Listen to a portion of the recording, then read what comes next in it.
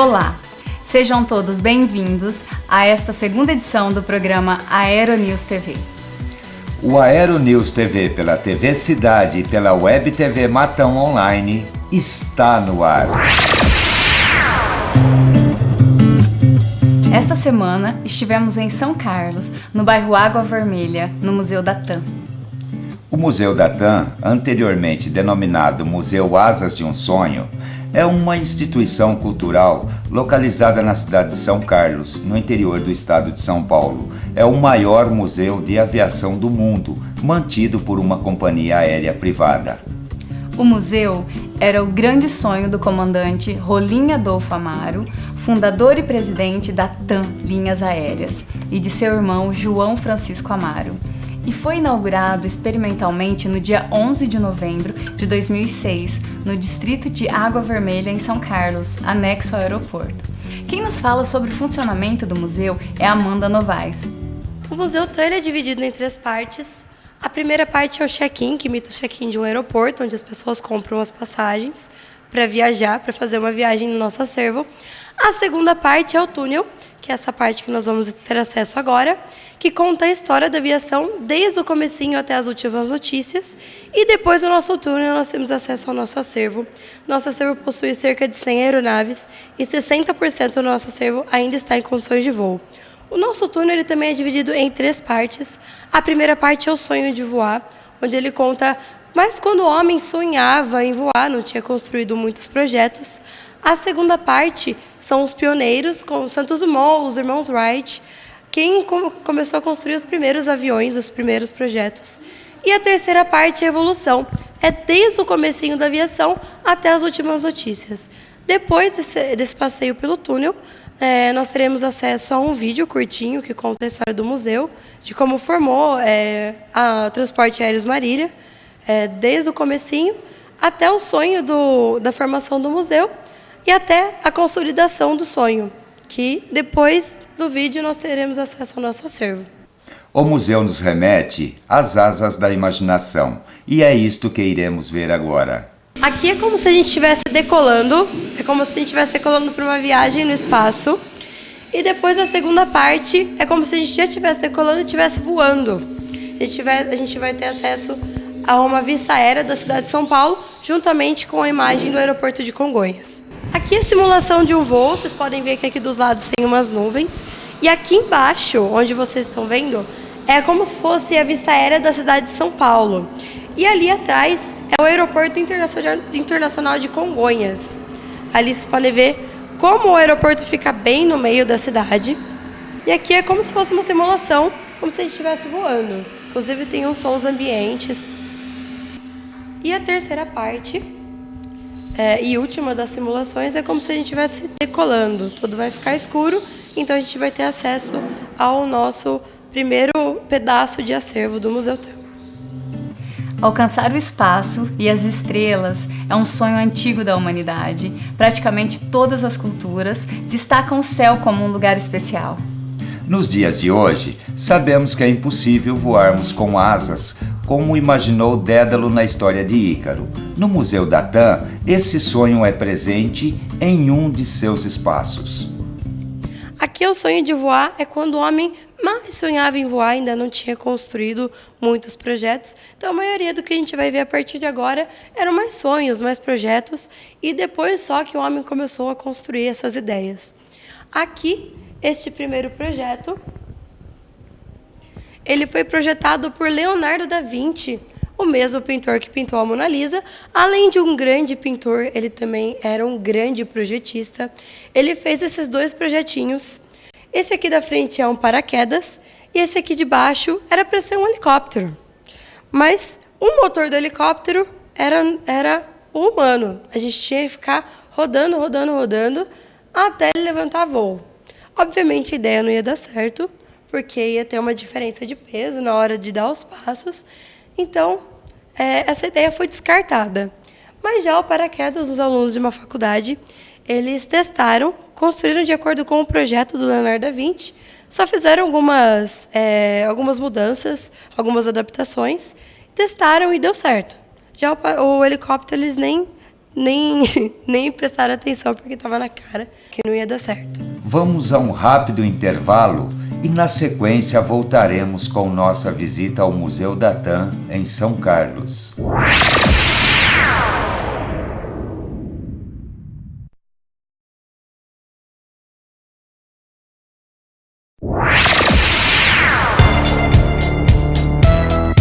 Estamos de volta com o Aeronews TV, pela TV Cidade e pela Web TV Matão Online.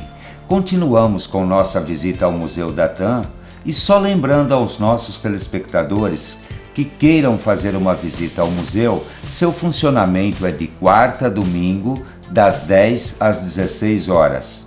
Várias foram as maneiras e tentativas de voar dos homens na história. Esse aqui foi o primeiro balão funcional. Ele foi construído por 2 irmãos, os irmãos Montgolfier, só que ele tinha um pequeno probleminha. Ele não tinha dirigibilidade, não tinha como você controlar para onde ele ia. Ele ia para onde o vento levasse. Então, por conta disso, as pessoas tinham medo de voar nesse balão. Então, a primeira vez que ele voou sozinho, somente para testar. Na segunda vez, ele fez um voo com 3 animais, para ver se ele tinha capacidade de carregar pessoas ou animais ou qualquer tipo de peso. E na terceira vez que ele voou, foram os 2 irmãos que construíram esse balão. Foi um de cada ladinho para equilibrar o peso, para o balão não pender nem para o lado e nem para o outro. Aqui nessa parte azul embaixo é onde eles colocavam as coisas para queimar e encher o balão de ar quente. Naquela época eles achavam que quanto mais fedido fosse o ar do balão, mais tempo ia durar o combustível. Então eles colocavam lã de carneiro, palha, colocavam umas coisas bem diferentes para o ar ficar bem mal cheiroso e para o balão ir mais alto e durar mais tempo o combustível. Nessa época o homem já voava. Esse balão foi feito no ano de 1782, mas ele ainda não tinha controle sobre as suas máquinas. A próxima etapa que a gente vai ver são os pioneiros, que a gente conta um pouquinho da história dos irmãos Wright e do Santos Dumont, que foram as pessoas que criaram os primeiros projetos mais parecidos com os aviões que nós temos hoje em dia, que eles já começam a ter controle sobre suas aeronaves. Voar é desde os primórdios da humanidade um sonho, e esse sonho realizado por grandes nomes da história, em especial um brasileiro, Santos Dumont. Esse daqui é o dirigível número 6 do Santos Dumont. O Santos Dumont ele não dava nome aos inventos, com exceção ao primeiro Balão Brasil, o resto foram números. Então, número 1, número 2, número 3, até o 22º invento.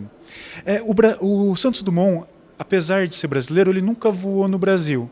Sempre na Europa, mais precisamente na França, e chegou a voar nos Estados Unidos. Aqui, na réplica, nós temos um torneio que o Santos Dumont participava, que ele tinha que sair de uma determinada praça lá de Paris, na França, dar a volta na Torre Eiffel em meia hora. Não podia ser mais, não podia ser menos. Em 1903, os irmãos Wright fazem o primeiro voo controlado de um avião, percorrendo 852 pés com o Flyer. Este é o Flyer dos irmãos Wright, que voou em 1903. Não tinha propulsão própria, ele tinha que ser arremessado por uma catapulta. O Zeppelin é um tipo de aeróstato rígido, mais especificamente um dirigível, e as primeiras ideias de Zeppelin foram formuladas em 1874 e desenvolvidas em detalhes em 1893, sendo patenteadas na Alemanha em 1895 e nos Estados Unidos em 1899. Esse é o dirigível de Hindenburg, famoso Zeppelin. Era um dirigível muito confortável, tinha dormitório, sala de jantar, fazia voos intercontinentais e é o maior até hoje feito pelo homem, mais de 220 metros de comprimento. Os Zeppelins tiveram seus primeiros voos comerciais iniciados em 1910 pela Delag, a primeira companhia aérea do mundo em serviço comercial, e 4 anos após o início de suas operações, em meados de 1914, a Delag já havia transportado mais de 10 mil passageiros pagantes em mais de 1.500 voos. Após o enorme sucesso do projeto Zeppelin, a palavra Zeppelin passou a ser utilizada para se referir a todos os dirigíveis rígidos. Do sonho de voar e alcançar os céus, à destruição. Os bombardeamentos atômicos das cidades de Hiroshima e Nagasaki foram 2 bombardeios realizados pelos Estados Unidos contra o Império do Japão durante os estágios finais da Segunda Guerra Mundial, em agosto de 1945. Esse é o B-29 Enola Gay, avião responsável por tacar a primeira bomba atômica na cidade de Hiroshima, terminando com a Segunda Guerra Mundial. E ao lado nós temos o visor de bombardeio original de um B-29. Daqui a pouco estaremos mostrando um pouco mais do Museu TAM. Vamos a um rápido intervalo e voltamos já.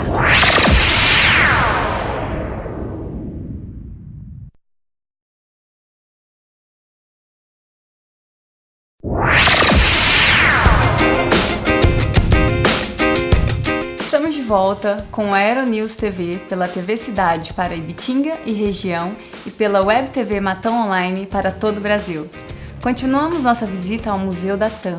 O espaço foi aberto com 32 aeronaves e hoje abriga quase 100, a maioria delas em condições de voo. Entre os destaques estão o Lockheed Constellation da Panair do Brasil, como nos mostra Ângelo Polato Neto, líder educador do Museu da TAM. Este é o Constellation, primeiro avião comercial a fazer América-Europa sem escalas. Ele voou no Brasil pela Panair na década de 60.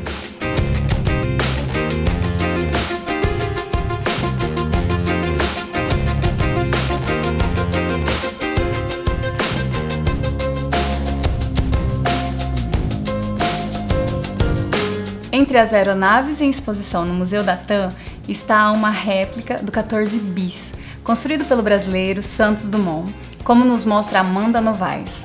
Esse é o 14 Bis, a 14ª invenção do Santos Dumont. Foi o primeiro avião a voar com propulsão própria. Seu primeiro voo foi realizado em outubro de 1906. Também conhecido como Oiselle de Proyer, ave de rapina, foi um avião construído pelo inventor brasileiro Alberto Santos Dumont em 1906 e testado entre os dias 19 e 23 de outubro desse ano na cidade de Paris, França, sendo o primeiro objeto mais pesado que o ar a projetar-se do solo por impulsos próprios, superando a gravidade terrestre e o atrito do ar e as leis básicas da física. Mais uma réplica do inventor brasileiro Santos Dumont, exposto no Museu da TAM, é o Demoiselle, e quem nos fala sobre ele é Amanda Novaes. Essa é a Demoiselle, ela representa o invento 19 a 22 do Santos Dumont e era como um carro do Santos Dumont. Uma curiosidade importante é que ele não patenteou essa invenção. Ele publicou o modo de fazer dela numa revista para todo mundo poder fazer seu avião em casa. O Demoiselle, também conhecida como libélula, foi o melhor modelo de avião criado pelo aviador brasileiro Santos Dumont. O primeiro modelo voou em 1907, sendo desenvolvido até 1909. Os Demoiselle foram os menores e mais baratos aviões de sua época. A intenção de Santos Dumont era que essas aeronaves fossem fabricadas em larga escala e com isso popularizar a aviação. Como o inventor disponibilizava os planos a quem se interessasse, Demoiselles foram fabricados por diferentes oficinas. Pelo menos 40 unidades foram construídas. O museu também conta com alguns exemplares como a do caça alemão Messerschmitt Bf-109, como nos mostra Ângelo Polato Neto, líder educador. Esse é o Messerschmitt Bf-109, considerado por muitos o melhor caça já fabricado em toda a história da aviação mundial. Voava pela Luftwaffe, a Força Aérea Alemã, durante a Segunda Guerra Mundial. Projetado em 1936, o Spitfire entrou em serviço em agosto de 1938, modelo esse utilizado na Segunda Guerra Mundial, também em exposição no museu. Este é o Spitfire, caça inglês utilizado durante a Segunda Guerra Mundial, também considerado por muitos um dos melhores caças já produzidos em toda a história.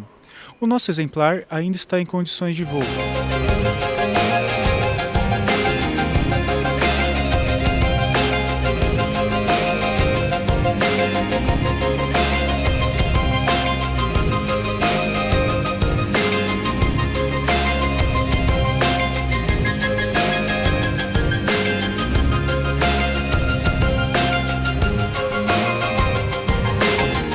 Vought BT-13 era um avião de instrução básica para o Corpo de Ar do Exército dos Estados Unidos. Este é o Vought BT-13, treinador militar da Segunda Guerra Mundial. O Mirage 3 é um dos mais bem-sucedidos caças supersônicos já construídos. Desenvolvido na França na década de 1950, foi o primeiro avião de combate europeu capaz de voar à velocidade do som. O Mirage 3 foi produzido em diversas versões e adquiridos pelas Forças Aéreas de 20 países, num total de 1.422 unidades construídas. Um deles, em especial, faz parte do acervo do Museu da TAM. Esse é o Mirage, o primeiro avião supersônico da Força Aérea Brasileira. Ele atinge 2 vezes a velocidade do som. Ele está pintado em homenagem ao Ayrton Senna, que voou em um avião do mesmo modelo no ano de 1989.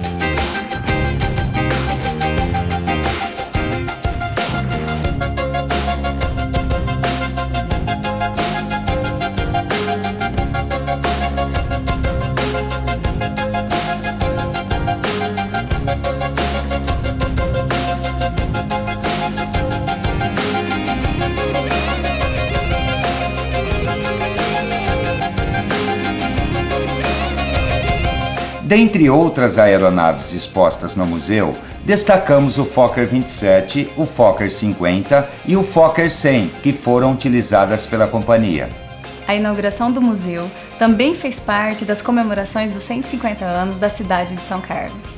O início de tudo se deu em 1996. Depois de terminar o trabalho de restauração de um velho monomotor Cessna 195, como nos mostra Ângelo Polato Neto, líder educador.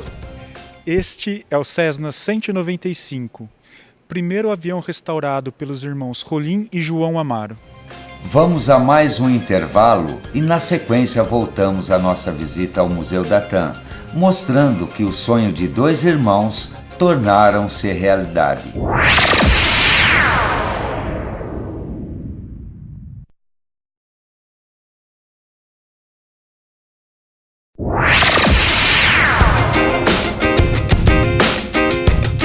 Estamos de volta com o Aeronews TV pela TV Cidade e pela Web TV Matão Online.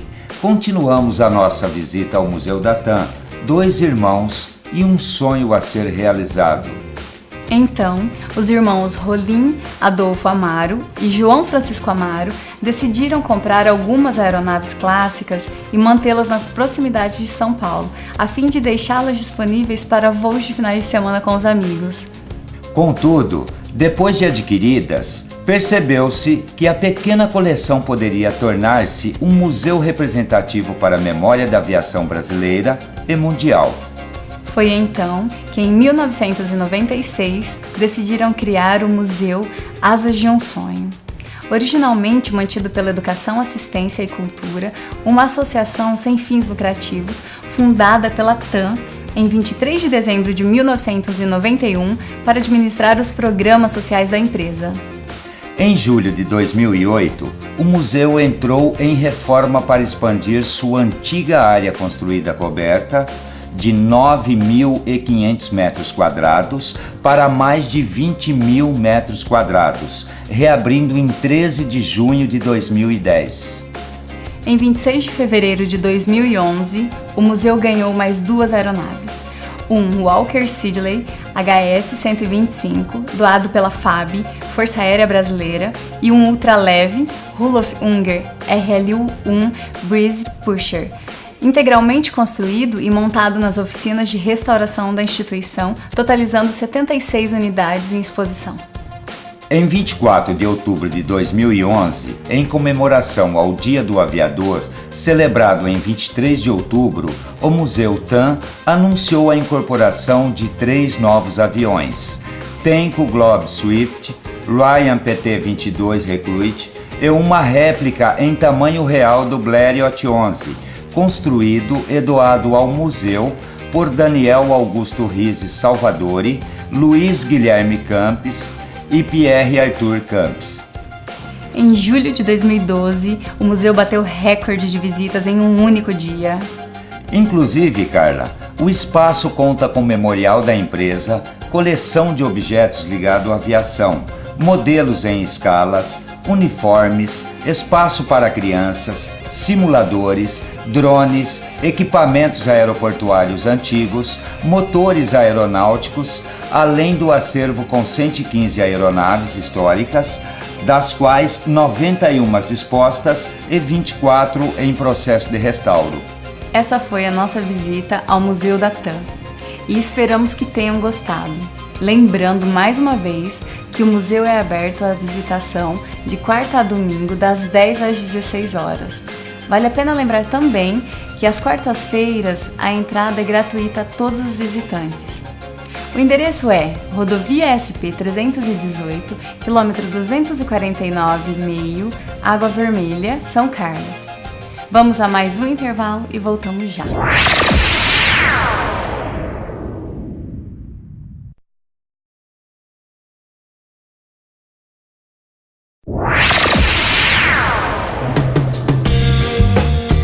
Estamos de volta com o Aeronews TV, pela TV Cidade, pela Web TV Matão Online. Agora vamos às dicas para quem vai viajar de avião e respondendo aos e-mails recebidos pelo programa. Carla, agora vamos esclarecer algumas dúvidas dos nossos espectadores em relação a viagens nacionais e internacionais. Certo, Sérgio, pois recebemos alguns e-mails e a maioria das perguntas foram sobre cadeirinhas de bebê até 2 anos de idade. Carla, eu posso levar a cadeirinha de bebês no assento? Sim, Sérgio, desde que a cadeira caiba no assento do avião e seja certificada para o uso aeronáutico. Mas nesse caso, como a criança não será transportada no colo, é necessário comprar a passagem para o bebê. A ANAC regula programas de viagem? Não. As vantagens oferecidas por meio de programa de milhagem caracterizam relações comerciais entre empresa e consumidor. Por isso, esses programas não são regulados ou fiscalizados pela ANAC. Os passageiros que utilizaram milhas aéreas para viajar devem ser tratados da mesma forma que aqueles que compraram passagens sem o benefício. Como eu faço para mudar a data da minha passagem? Para fazer qualquer mudança no seu voo, consulte a empresa aérea ou o agente de viagens. As alterações são feitas de acordo com a disponibilidade de voos e podem gerar custos adicionais para o passageiro, que variam conforme a tarifa da passagem. Lembrando que o prazo de validade da passagem é de 1 ano a contar da data da sua emissão. Carla, eu posso transferir minha passagem para outra pessoa? Não. A passagem aérea é pessoal e intransferível, ou seja, o nome do passageiro registrado na passagem no momento da compra não poderá ser mudado depois. Isso significa que somente essa pessoa está autorizada a viajar com este bilhete.